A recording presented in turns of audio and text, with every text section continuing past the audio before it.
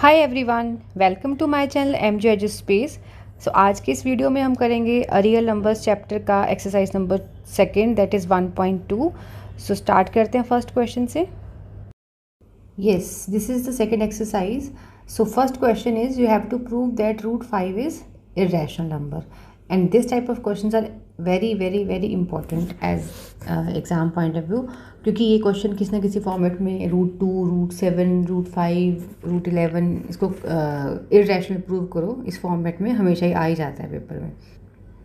सो इस क्वेश्चन को सॉल्व करने से पहले आपने एक चीज़ का ध्यान रखना है कि जब हम कोई भी प्रूविंग वाले क्वेश्चंस करते हैं तो आपको उसमें जितना भी थ्योरेटिकल एक्सप्लेनेशन है वो प्रॉपरली लिखना है, कंडीशंस लिखनी है, उसके मार्क्स होते हैं, ठीक है।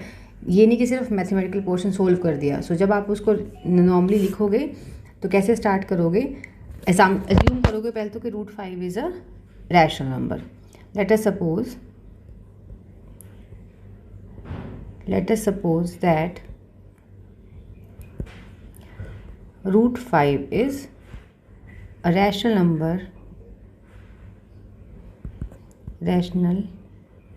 number in the form of P upon Q, क्योंकि rational numbers P upon Q की फॉर्म में होते हैं, where both P and Q are co-prime numbers। ये जरूर लिखना है। अब को प्राइम नंबर्स कौन से नंबर होते हैं जिनके बीच में कोई भी कॉमन फैक्टर नहीं होता। वो प्राइम भी हो सकते हैं, वो नॉन प्राइम भी हो सकते हैं, कंपोजिट भी हो सकते हैं। जैसे 12/15 है, ठीक है, तो ये 3 से कैंसिल हो रहा है, दोनों में कॉमन फैक्टर 3 है ना, 3 4 3 5 तो जो 12 और 5 है, 12 और 15 है, ये को प्राइम नहीं है। इनमें कुछ भी कॉमन होना नहीं चाहिए जिससे वो कैंसिल हो जाए।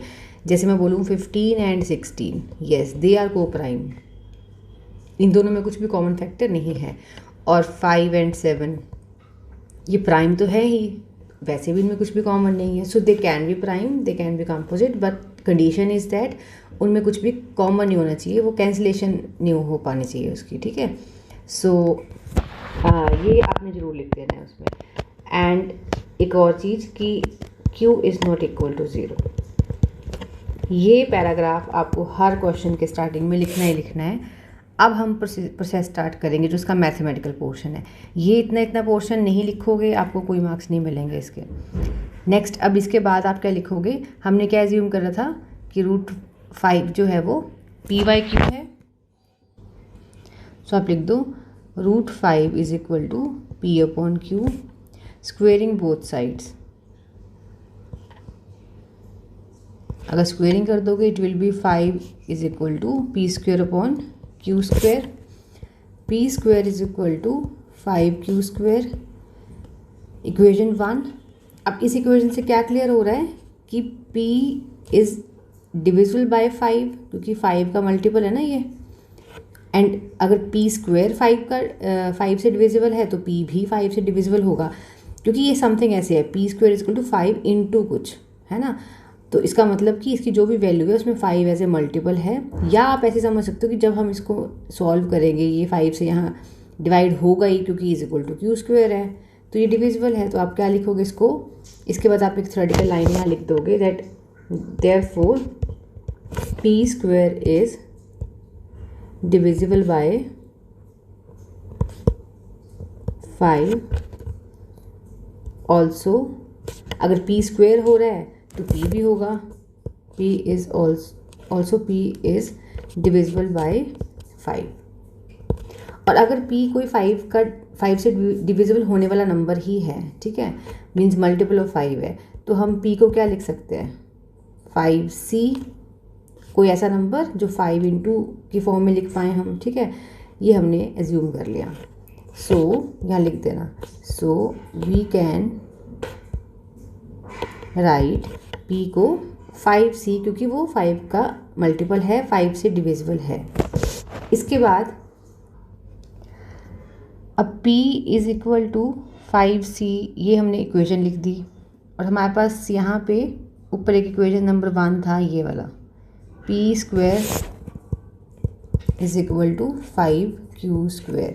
सो यहाँ पहले लिख देना पुट सेकंड इन फर्स्ट, ठीक है। तो ये सेकंड कंडीशन थी, ये वाली आपकी, इसको मैं फर्स्ट में पुट करूँगी यहाँ पे।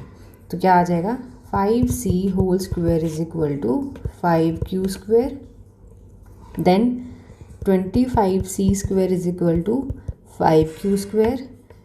अब 25c स्क्वायर इस 5 से उधर जाके डिवाइड कर दो, q square, so q square is equal to 5c square. ये भी समथिंग सिमिलर, अब एक सेकंड, ये बिल्कुल सिमिलर ऐसा आ गया, ये देखो जैसा फर्स्ट था, p स्क्वायर 5q स्क्वायर आया था, अब q स्क्वायर क्या आ गया 5c square. Mark it equation 3। Here q square is divisible by 5, therefore q is also divisible by 5। तो q भी डिविजिबल होगा, सो q को भी हम लिख सकते हैं समथिंग 5, मान लो s। अब दोनों कंडीशन सेम हो गई, चाहे आप इसको ना भी यहाँ पे मेंशन करो, ये भी डिविजिबल हो गया। अब आप सीधा लिख देना इक्वेशन से। हमने कौन कौन सी इक्वेशन की बात करनी है यहाँ पे, एक तो ये p square is equal to q square, equation number 1 from equation 1, p square is 5q, यही था ना, ये देखो 5q square, and from 3q square is 5c square, since both p and q। या एक और भी काम कर सकते हैं आप, ये स्टेप चाहे यहाँ पे मेंशन दोबारा से ना करो, इक्वेशन नंबर लिख दो, अदरवाइज आप यहाँ लिखते टाइम गलती कर दोगे। आप q दोनों की प्रूविंग हो गई कि दोनों ही 5 से डिविजिबल हैं, सो सीधा लिख देना from 1 and 3 it is clear that both p and q are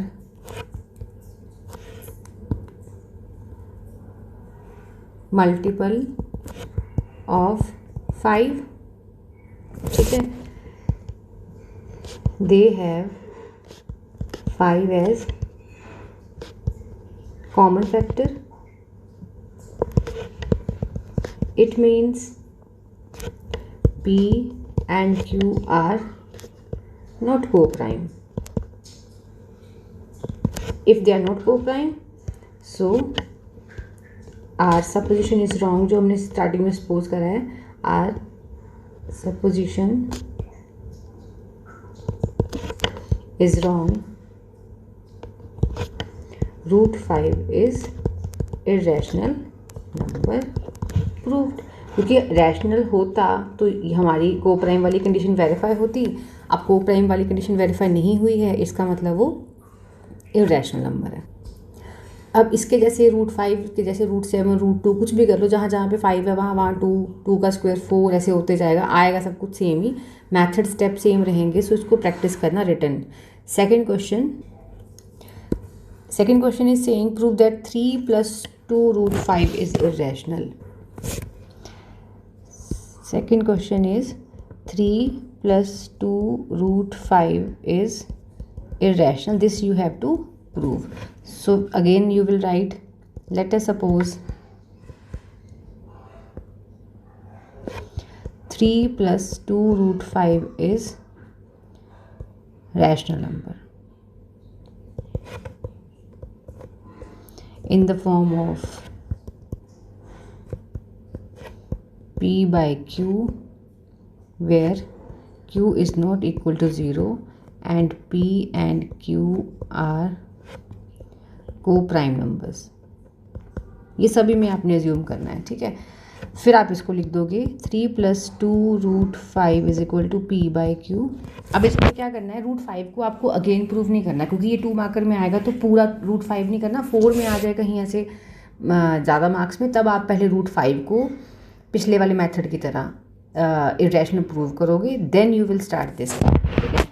सो अगर 2 मार्कर में आए तो आप डायरेक्टली कंसीडर कर लोगे कि √5 का तो हमें पता है, we know that √5 is irrational.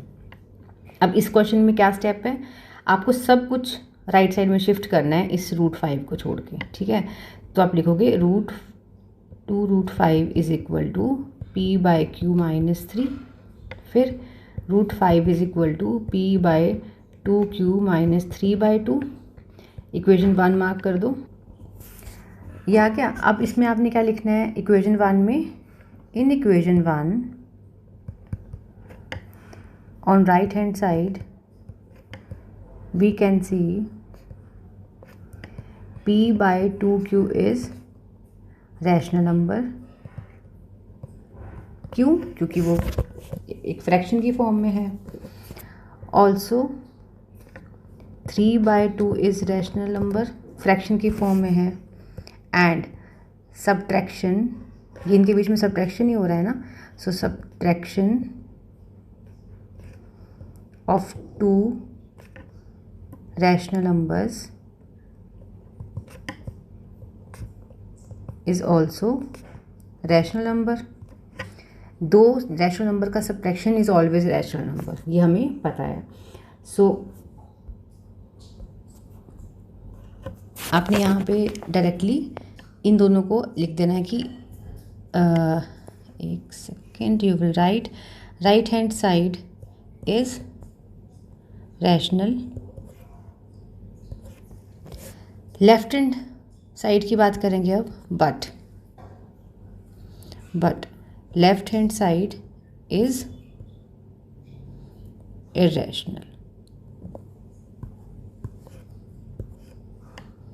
So LHS is not equal to RHS। Therefore अगर अब इसमें प्रूविंग में क्लियरली दिख रहा है, आपके पास ये जो कंडीशन थी यहाँ पे, अगर ये इक्वल है तो इस तरफ अगर ये इरेशनल है तो ये भी इरेशनल ही हुआ, बट ये तो रैशनल है, तो दोनों इक्वल ही नहीं है। तो इसमें भी आप क्या करोगे, क्योंकि हमने ऊपर इसमें भी सपोज करा था ना ये, तो आप लिख दोगे our supposition is strong, therefore our supposition is wrong.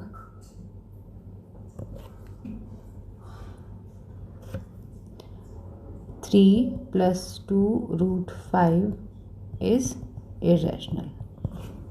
This कोई भी क्वेश्चन हो, अगर 1/√2 आ गया तो आपने उसको p/q लिखना है, reciprocal both sides, √2 is q/p।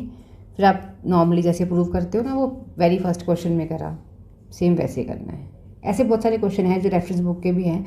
अभी तो मैं NCERT सॉल्व कर रही हूँ, जब मैं रेफरेंस बुक के इंपॉर्टेंट 10 ईयर क्वेश्चंस करूँगी, और कुछ वीडियोस में मैंने कर भी रखे हैं लास्ट ईयर, जब 10 ईयर के हमने क्विक रिविजन्स करे थे एग्जाम टाइम पे, तो ऐसे क्वेश्चंस आपको देखने मिलेंगे। तो जस्ट एक ही चीज़ याद रखनी है इसमें, अगर तो सिंगल √2 √7 आ रहा है, मैं फिर रिपीट कर रही हूँ, तो आपको वेरी फर्स्ट क्वेश्चन के जैसे करना है। And if you are coming through this kind of question, ये तब आपने बस रूट वाला पार्ट लेफ्ट में रख के सब राइट में शिफ्ट करना है, और दोनों साइड्स को रैशनल इररेशनल से कंपेयर कर देना कि एक साइड रैशनल है एक साइड इररेशनल है, which is not true, hence our supposition is wrong. ये देखो, इसके पार्ट 3 का फर्स्ट क्वेश्चन वही है, 1/√2, फिर सेकंड 7√5 एंड थर्ड इज 6 + √2। अभी मैं फर्स्ट क्वेश्चन 1/√2 करती हूँ। थर्ड क्वेश्चन का फर्स्ट पार्ट 1/√2 p/q। अब मैं वो पूरा लाइन नहीं लिख रही अगेन, आपने फिर वही लिखना है, let us suppose that this is equal to p/q where p and q are coprime numbers and q is not equal to 0। ये लिखा। अब आप लिखो, आप रेसिप्रोकल कर दोगे दोनों तरफ, या क्रॉस मल्टीप्लाई कर लो, कैसे मर्जी भी कर लो, तब भी आपके पास क्या आ जाएगा, रेसिप्रोकल बोथ साइड्स, ठीक है। Then you will get √2 is equal to q/p, squaring both sides, √2 whole square is equal to p² upon q² upon p², q² p²।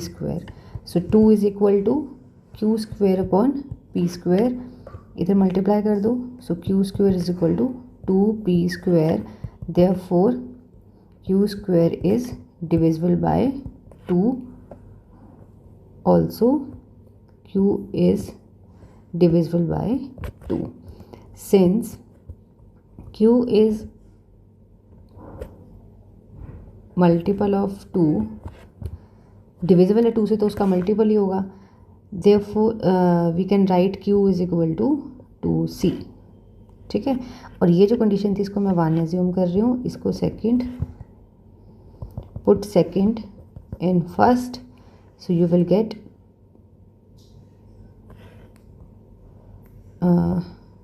put second in 1, you will get 2c whole square is equal to 2p square, 4c square is equal to 2p square and 2c square, क्योंकि ये 2 इस 4 को cancel कर देगा, p square, so p square is equal to 2c square.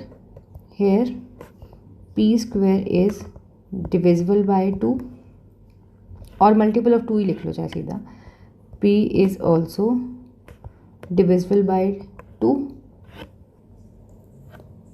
सो आपके पास क्या आ जाएगा, so from second and third, कौन कौन सा सेकेंड एंड थर्ड, ये देखो, ये था q मल्टीपल ऑफ 2, ये आ गया p multiple of 2. So from second and third both p and q are multiple of 2. Therefore, they are not co-prime. So, hence, our supposition is wrong.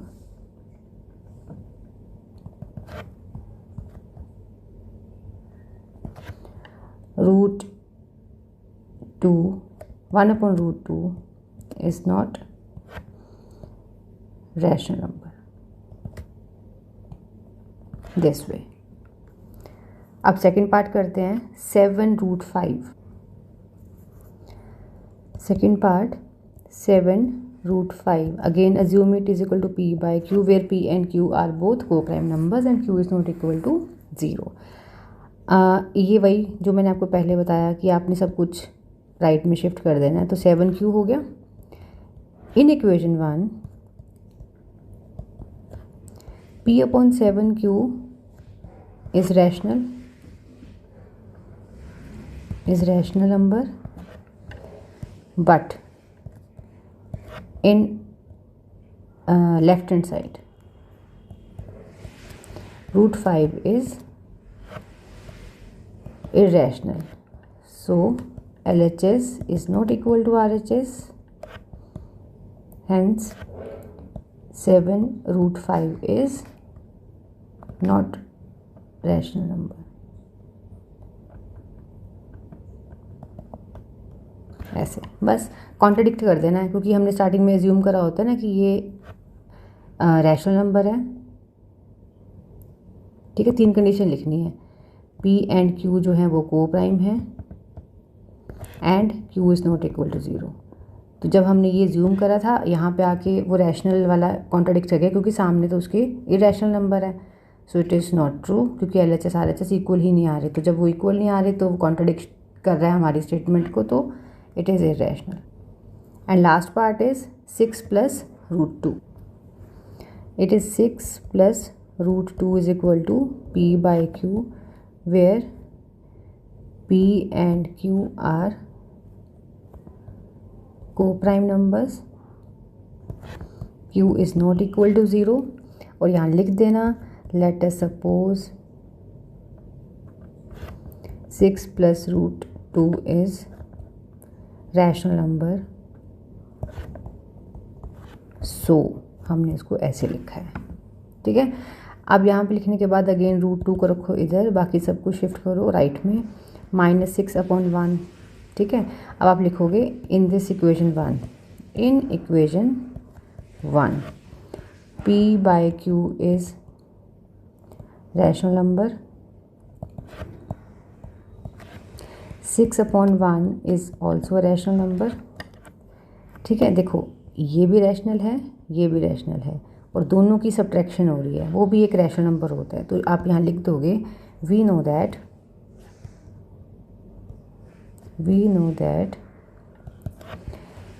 subtraction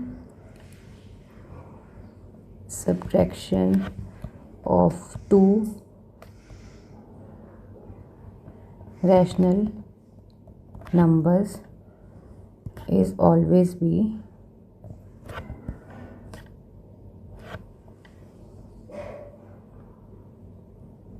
rational number, ठीक है।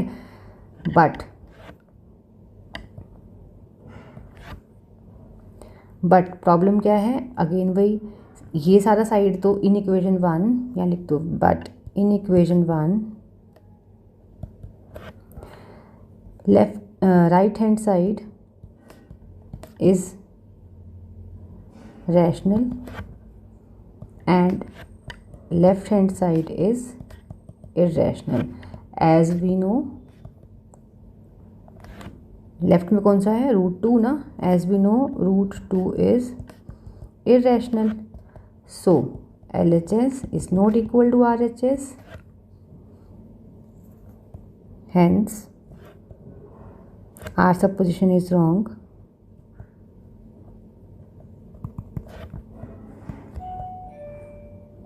our supposition is wrong।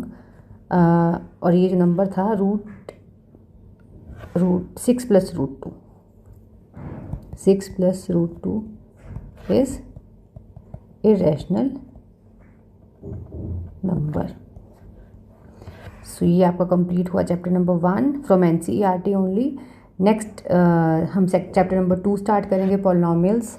So till then आप इसको practice कर लो, and जो कोई भी doubt होता है या कुछ एक्सप्लेनेटरी में आपको लगता है कि कुछ और आपको पूछना है तो आप मुझे कमेंट बॉक्स में लिख दिया करो। सो मिलते हैं अगले वाले वीडियो में। Till then take care, thank you.